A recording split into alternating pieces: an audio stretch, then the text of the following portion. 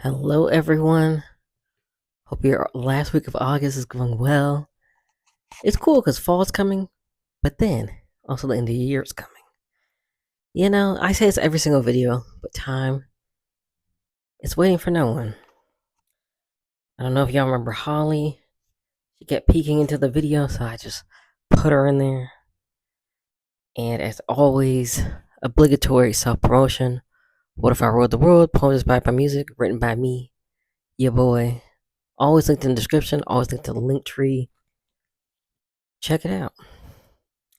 I need to record a video reading some poetry out of it. I haven't done that in a while. But anyway, we're here to talk about the album Escape Room by Teyana Taylor. And before we get into the album, I'm going to give a little bit of biography about Teyana Taylor. She was born December 10th, 1990. She's a year older than me. I don't know. Spiritually, she feels like an 80s baby. Is that a weird thing to say? But that's what she feels like to me. Anyway, she's an American singer, songwriter, actress, model, dancer, choreographer, and music video director. She got a lot of jobs, y'all. After she choreographing, I'm just gonna read it exactly how Wikipedia put it. After choreographing the video for Beyonce's 2006 single "Ring the Alarm," she signed a recording contract with the Neptune Star Trek Entertainment, an imprint of Interscope Records the following year. She also appeared on My Super Sweet 16. Prior to the release of her 2008 debut single "Google Me," her My Sweet 16 episode was iconic. So it started her off, and then Google Me, she was like, Google me, you know who I am. So that was cool. She gained further attention for her uncredited guest appearances on Kanye West's 2010 songs "Dark Fantasy" and "Hell of a Life," both from his album "My Beautiful Dark Twisted Fantasy" in 2010. She parted ways with Star Trek and Interscope in favor of Kanye West's Good Music, an imprint of Def Jam Records 2 years later. I wonder if she's still on there. I have to look that up. Because I personally, after all the craziness that Kanye's been doing, I wouldn't want to be on his album. I also heard being on an artist label versus like a general label is not good. But it's like a whole other conversation. She appeared on the compilation album for the label in 2012, and it peaked at number 2 on the Billboard 200. Her debut album, I think it's V.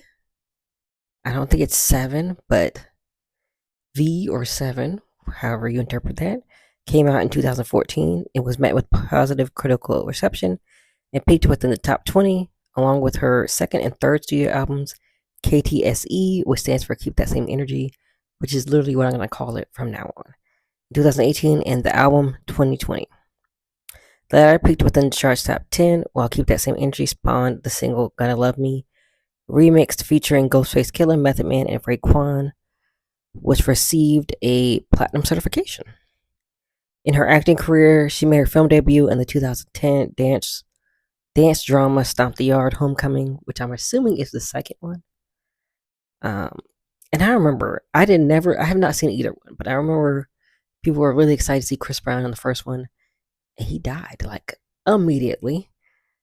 So spoiler alert, even though, the second one came out in 2010, so the other one probably came out like 2 or so years before that. So you had a long time to finally watch that, including myself, but I have never seen them.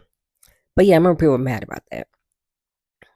She was also in Tyler Perry's Medea's Big Family the following year. And I remember, I feel like her character, I think I've seen parts of the movie, and I feel like her character was like annoying.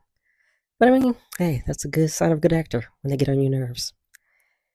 She was also in Coming to America, which was technically the second movie, but they just added a 2 in the title instead of TO to indicate that, which I felt like was weird, but I'm not a movie exec.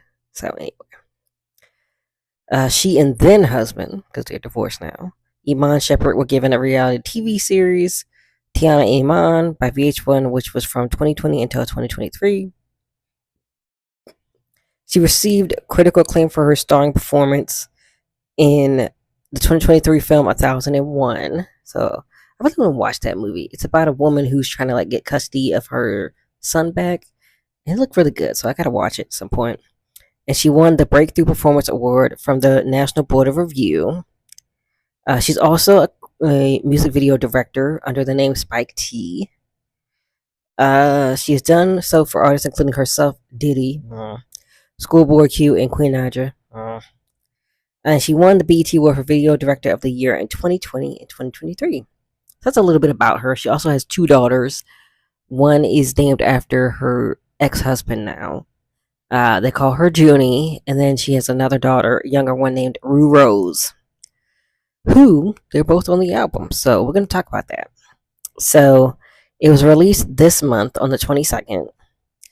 The genre is R&B slash soul, and you can stream it on YouTube Music, Apple Music, Pandora, Deezer, iHeartRadio, Spotify, SoundCloud, and Amazon Music. I streamed it on Apple Music. What are the vibes? The vibes I got were heartbreak, horny, so a little alliteration, and experimental. Which I guess I shouldn't be surprised about that. I listened to a few songs from Keep That Same Energy, and they were very experimental, and that one was very like house inspired and kind of ballroom inspired too. So like I listened to the whole thing of like all of her albums though. So we're gonna go to my favorite songs, my least favorite songs, and my overall opinion. So my first favorite song is technically the second song. Well, no, it's the first song, but there's like an introduction narration. Which, if you did not watch my short video, some people did not like. I call them interludes, but they're really called narrations, which it's like the same thing. So before some of the songs, you would have a narration by different people. The first one was by, I think, Taraji P. Henson. It might not have been the first one, but there was also Sarah Paulson. There was Issa Rae. Issa Rae was on there twice. So it was like different things in between the songs, and I didn't mind them. They help with the storytelling of the album, in my opinion. So Fire Girl is technically the first song. I love this song. The intro, I have a typo. The intro narration fits it perfectly. I'm about to sneeze. Sorry about that. And it shows that you can love with all your heart, but the other person's heart also has to be in it. And I love how she says she's on fire, but her ex can never burn her soul. It shows her resilience. And also, if you didn't watch another one of my short videos, it was a tweet talking about the album was a little bit too Diary of a Mad Black Woman for him. And up until song number 8, that's the only time she was angry. After that, it was a lot of sex. We're gonna talk about that actually, because it was kind of a lot of like horny songs, and it was a little imbalanced in my opinion. But we'll get to that later. But yeah, so the first two songs are gonna be like not the second favorite song isn't too angry, but you know, it's kind of in that vein of feeling betrayed and, you know, heartbroken. So the next one is called Back to Life. I liked. Shows how women once again, why do I have so many typos, y'all? Shows how women have to sacrifice for love constantly, but men get up and leave when they want. Because I think she was talking about how, like, you know, he basically wasn't trying to work it out, even though she was. And then they have a beat switch, and I love the beat switch. Very ballroom slash dancey, a little experimental. I like that. So she did have some experimental touches. And then I love Tasha Smith's outro. It's very feisty, and basically what she said was I'm just gonna say what I wrote. It's true. Sometimes to get over someone, you have to get under someone new. LOL. That's basically what she's saying at the end of the song. And yeah, I like Tasha Smith. From what I can remember, I remember she was in ATL, I think, but that might be the only place I've seen her. But I've seen her in other things. I'm pretty sure I have. But yeah. So then now we're getting into the one of the sex songs. This was actually my favorite song on the whole album. I loved it. And it's called Pum Pum Jump, featuring Tyler and Jill Smith. I love the smooth jazzy sound of this song. Tyler sounds good on here. She doesn't have like a long verse, but she has a verse, and then her and Teyana sing together. Jill Scott is such a freaky frog. LOL. I was too young listening to her when I first heard her, so I knew she was going to say something extra freaky. She didn't disappoint. I loved her part in the song, but basically she was kind of saying like, "Oh, I want you for breakfast, lunch, and dinner." It wasn't too freaky, but if you know Jill Scott, she is definitely a freaky frog. So that was cool that she was on the song. And then this is actually the last song on the album. It's called "Always" featuring Junie and Rue. I think I'm pretty sure it's supposed to be Rue Rose, but I put just Rue Schumpert. I hope I said that last name right. I love that she ended the album with her daughters, and I love how Junie encouraged her and saw her coming back to herself. So that was really cute. And thanks to Junie for having her mom do music again. LOL. Because I thought she said she was gonna quit music after keep that same energy, but then of course she did the album. So, but at some point, I know she said she was gonna quit. You did us a solid, girl, having her keep doing music, and it shows that which. Oh, and it shows which love truly matters in the end. Yeah, when romantic love push you out the way, girl. When romantic love, is gone, you always have familiar love. So that was a nice message. So my least favorite songs. It's not any specific songs. It's kind of like a group of the songs because, like I said, after number 8, everything was pretty horny. Besides the very last song, and there are 22. I forgot how many I counted now. Outside of the narrations, there's 22 tracks, but with the narrations, they're not. That's not as many songs on there. But anyway, so it's kind of a general thing that I didn't like. It was a lot of horny songs as well. I will say I did have some favorites. Open Invitation was good. That was featuring K Tronada. So that was really, he makes great beats. So that was a good beat. And kind of upbeat. And I liked In Your Skin. And I talked about Pum Pum Jump, was really good. But I wish there was more after the sexy songs, like From Anger to Sex, to more songs about her relationship with her daughters, because it was just mostly sex songs, and I'm not a prude, but it was very intense. LOL.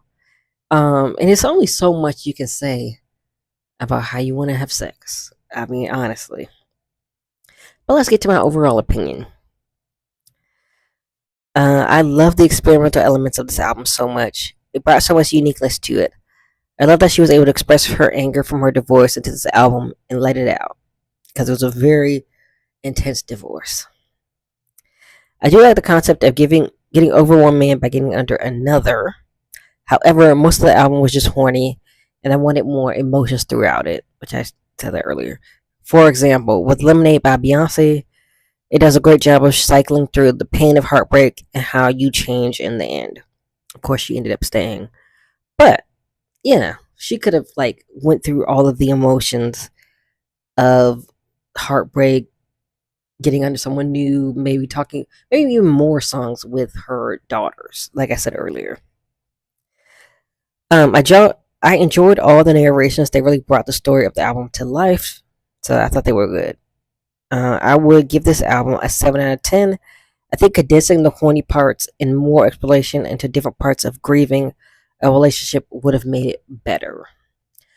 I didn't feel like giving it a 6 because I feel like that's kind of right above average, and I think it was more than above average. But also, there's a lot of sexy songs. I was like, okay, girl, what else is going on? But maybe that's just how she was coping. That could be what it was. All right, so I wrote a poem. It's called a Naani. I think that's how you say it. It is one of India's most popular Telugu poems. Naani means an expression of one and all. It consists of 4 lines. Total lines consist of 20 to 25 syllables. The poem is not bounded to a particular subject. So anyway, they have a bunch of extra stuff. But I'm gonna leave the description of the poem in the description. But I wrote it inspired by the song Pum Pum Jump, and it's called Devour. Never enough of you for me to fully consume you and be completely satisfied. So yeah, that's what the vibes that the song Boom Boom Jump gave to me. Like, you really want to be with someone, you just, You're very horny for them. You want to devour them. That's the vibes I got from there. Have you listened to Teyana Taylor's newest album? Have you listened to any of her albums? What do you think? Did you hate the narrations? Did you like them? Were you kind of like, it was too much, but you liked the rest of the album? Let me know what your thoughts are, and I'll see you all next week.